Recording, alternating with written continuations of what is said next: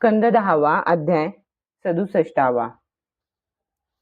द्विविदाचा उद्धार. परीक्षित म्हणाला, अनंत मनबुद्धीला न कळणाऱ्या व अलौकिक कृत्ये करणाऱ्या भगवान बलरामांनी आणखी जी काही अद्भुत कर्मे केली असतील ती मी पुन्हा ऐकू इच्छितो. श्रीशुक म्हणाले, द्विविद नावाचा एक वानर होता. तो भौमासुराचा मित्र, सुग्रीवाचा मंत्री आणि मैंदाचा शक्तिमान भाऊ होता. श्रीकृष्णांनी भौमासुराला मारल्याचे त्याने ऐकले. तेव्हा त्याचा सूड घेण्यासाठी त्याने श्रीकृष्णांच्या राज्याला उपद्रव देण्यास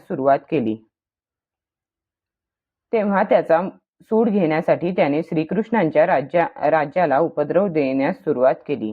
तो वानर नगरे, गावे, खाणी आणि गवळ्यांच्या वस्त्यांना आगी लावून त्या जाळू लागला.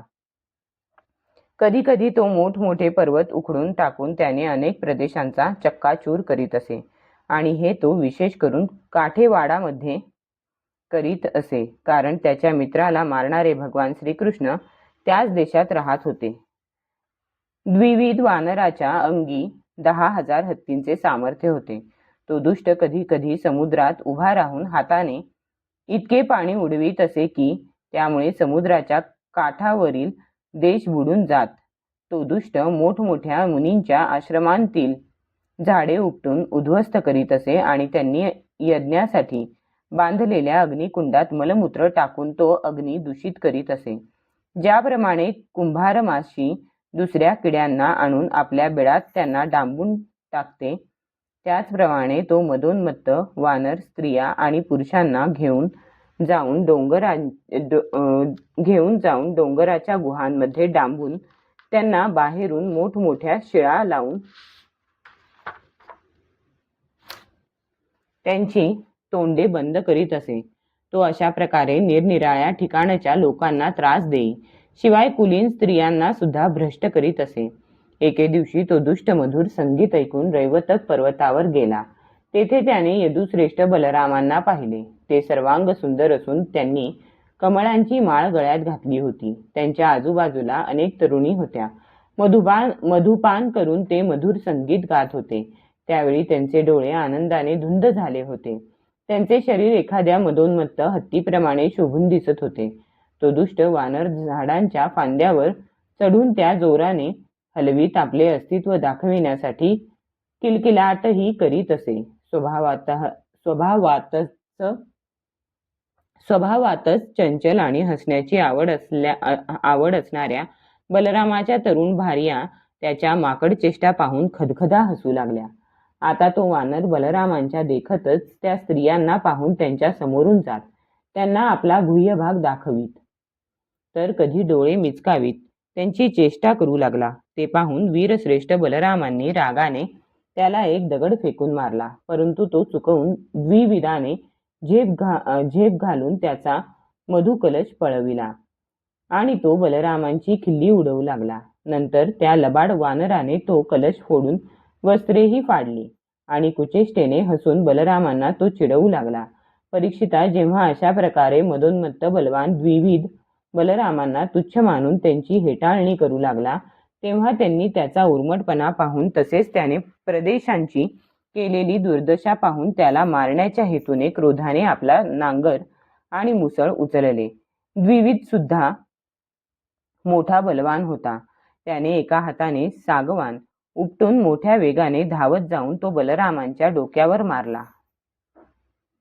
पण बलरामांनी पर्वताप्रमाणे निश्चल राहून डोक्यावर पडणारा तो वृक्ष पकडला आणि आपल्या सुनंद नावाच्या मुसळाने त्याच्यावर प्रहार केला. मुसळाच्या घावाने द्विविदाचे डोके फुटले आणि त्यातून रक्ताच्या धारा वाहू लागल्या. एखाद्या पर्वतावरून पातळ कावेची धार वाहत आहे असे ते दृश्य दिसू लागले.